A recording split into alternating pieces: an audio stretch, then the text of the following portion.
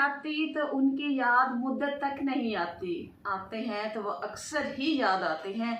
ये थे हमारे साथ जुनैद तारिक साहब हमारे साथ, और इन्होंने अपनी उनके साथ गुजारी हुई जो लाइफ थी अपने फादर के साथ उसको जो है याद किया, और जो उनकी स्टेप मदर थी उनके साथ जो तलख यादें थी उनको शेयर किया।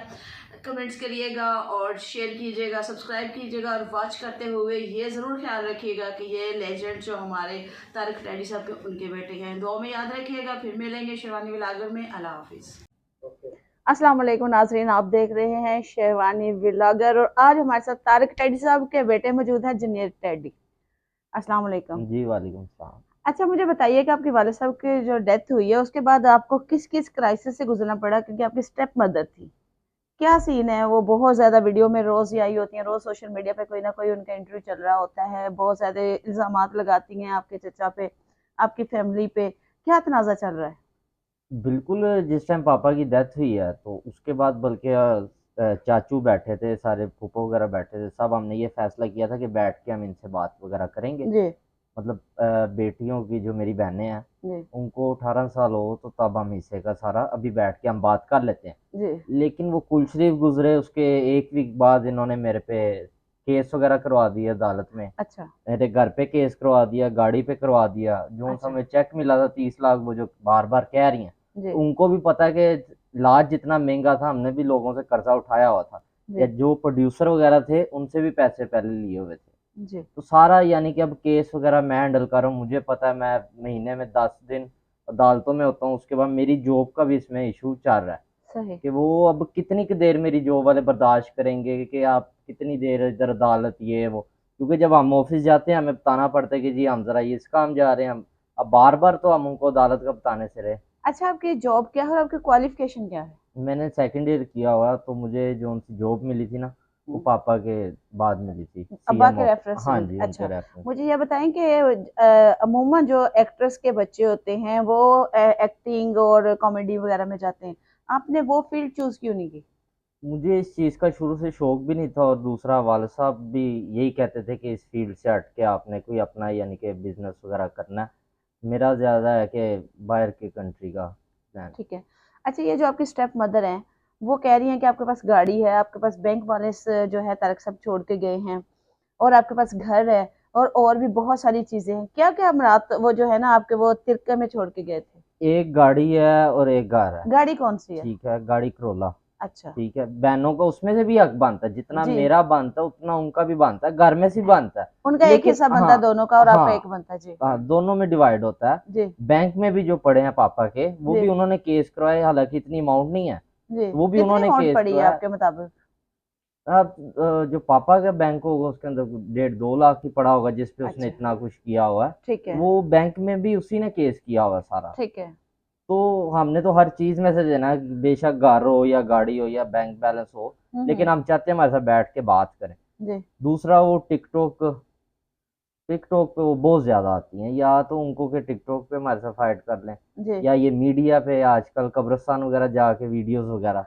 अच्छा, वो बाकी कब्रिस्तान क्यों जाती हैं? वो तो उनकी एक्स वाइफ है, उनको तो 11-12 साल पहले डिवोर्स हो चुकी है, तो वो उनके लिए तो नामहरम है। वो वहां क्यों जाती है? उनकी बेटियों का हक है। इस पे कोई ये ऑब्जेक्शन नहीं आप लगाया आप बात लोगों ने? समझ सकती हैं, कोई और लेडीज होगी वो भी समझ जाएगी, जी लेकिन ये औरत नहीं समझ सकती। इसको समझा समझा के थक गए हैं। जी ठीक है, इनको दूसरों एंकरों ने भी कहा कि आपका नहीं बनता इधर आना, जी। लेकिन वो इस बात को समझती नहीं है।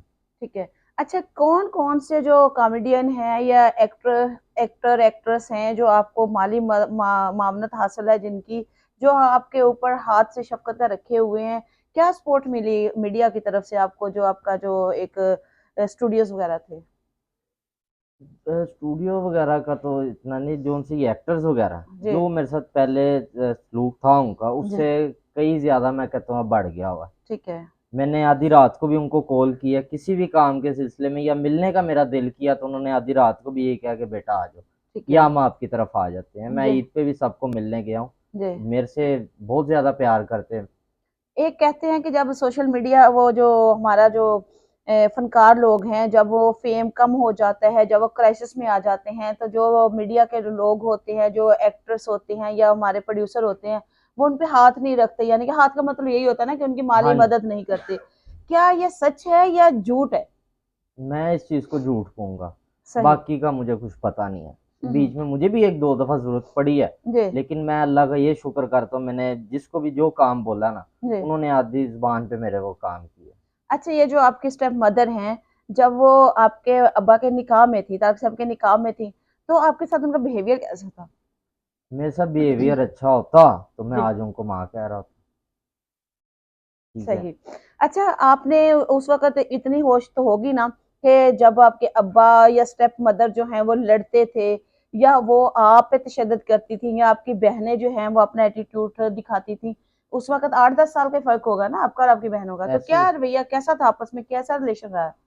लड़ाई झगड़े बहुत ज्यादा, हाँ, हाँ। ठीक है, मेरे सामने ही होते रहे हैं। थोड़ी बहुत मुझे भी उस टाइम होश थी जी, कि सब ने बेसमेंट में बैठ के सिर्फ सुलह करवाने वाला, उसके 2-4 दिन बाद फिर लड़ाई, फिर सही। सुलह होनी, फिर 2-4 दिन बाद फिर लड़ाई। जी, ऐसे कर करा के उन्होंने एक दो दफा मुझे भी थप्पड़ वगैरह मारे हैं।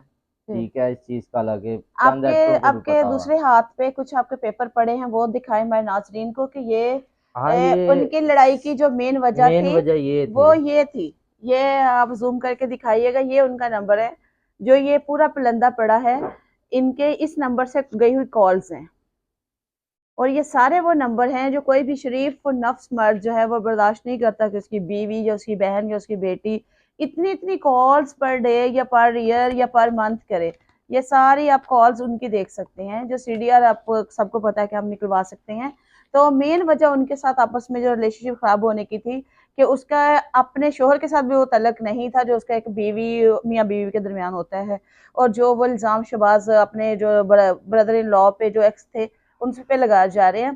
तो मेरे नाज़रीन ये कमेंट्स बॉक्स में ज़रूर बताइएगा कि क्या आसमा साहिबा ये सही कर रही हैं? इल्ज़ाम लग तराशी किसके लिए कर रही हैं? फ़ेम के लिए कर रही हैं या इनको बदनाम करने के लिए कर रही हैं? जी जुनैद, मुझे ये बताइएगा कि आपके अब्बा की जब डेथ हुई है, तो उसके बाद इन्होंने आपके साथ क्या बिहेवियर, आपकी बहनों ने चाहा कि वो आपके पास आएँ और आपके साथ रहें? ये बल्कि हमने उनको कहा। सही। ठीक है, आप भी अभी घर आई हैं हमारे, जी। कितने के लोग आपने देख लिए हमारे घर में, हम कौन सा रश लगा के बैठे हैं, या कौन से 10-15 जिन्हें इधर आपने किसी को देखा है? नहीं, नहीं, हमने बिल्कुल पहले दिन से उनको यही कहा है बहनों को हमारे वाले कर, सही, क्योंकि ये तरबियत अच्छा नहीं दे रही, क्योंकि सही, बहनों पापा ने ये कहा था उनको कुरान हिफ्ज करवाना है। सही। तो जो आजकल मैं उनकी टिकटॉक देख रहा हूँ डांस वगैरह की, ये मैं नहीं सोच रहा कि वो औरत उनका ये क्या कहते हैं कि ये परवरिश अच्छी नहीं कर रही। ठीक है, अच्छा, इस वो चीज से कहती हैं कि मेरे तारक साहब कहते थे कि एक प्रोफेसर बने और एक डॉक्टर बने, और इस तरह के वो तो बड़े ऊंचे ख्यालात रखते थे तारक तो वो साहब। देखे ना, प्रोफेसर डांस से नहीं बनता होता, या बंदा कोई डॉक्टर डांस से नहीं बन जाता, या टिकटॉक पे अपना वो फेम हासिल कर रही है। एक होता है टिकटॉक का, मैं साफ लफ्जों में कहूंगा कि टिकटॉक का ना उनको कीड़ा है। सही, और ये उनके अपनों ने भी कहा हुआ है, सही। जो उनके साथ हमारी तरफ आते थे घर, जी, मेरी उनसे भी बात हुई और मैंने उनको ये भी कहा कि यार इसको समझाएं कि ऐसे टिकटॉक पे ना वीडियो डालें। जी, उन्होंने मुझे कहा बेशक मैं इनके साथ हूँ, लेकिन आपको पता है एक टिकटॉक का कीड़ा होता है किसी किसी को, जी। वो इसके अंदर है, तो हम इसको नहीं मना कर सकते। अच्छा, उनके साथ जो 3-4 मर्द होते हैं, आप उनको जानते हैं, वो क्या उनका क्या रिलेशन है आपस में? हम तब जानेंगे जब वो हर दफा साथ हों, तब अच्छा, जानेंगे। इसका क्या आए दिन मतलब है? चेंज, डिफरेंट, हर इसका बंदा मतलब क्या डिफरेंट। है? डिफरेंट ये अब क्यों लोग होते हैं इतने सारे लोग? ये अब रोड पे घूमती हैं, हम तो जॉब पे मैं जाता हूँ उसके बाद मैं घर आता हूँ, मुझे इस चीज़ का नहीं पता। ठीक है, कौन इनके पीछे लगा हुआ है कौन नहीं लगा, मैं ये सीधी बात करूंगा, ये है जो पीछे लगे हैं ना, वो अपनी लालच के लिए लगे हुए हैं। क्या लालच है उनको? यही ये जो बार बार पटवार खाना, हिस्सा दे हिस्सा दे हिस्सा, घर में से हिस्सा चाहिए, हिस्सा इस तो चीज से आपकी बहनों को बहनों का जाएगा। बनता वो है। जो पीछे आते ठीक है, हैं 4-5 या 10 लोग, उनको उनमें से क्या मफाद हासिल है? देखे ना, मैं किसी को कहूंगा ना मुझे ये चीज चाहिए है, जी, मुझे इतने पैसे आने के, यार तू भी 50,000 रुपया ले ली, तो ठीक उसने है। मेरे साथ लग जाना। कोई दूसरा होगा, कोई अदालत का मैं काम होगा, मैं अदालत वाले बंदे को कहूंगा कि यार ऐसे ऐसे ये काम है, तो 10,000 आप ले लेना। वो सही। अकेला नहीं आएगा, वो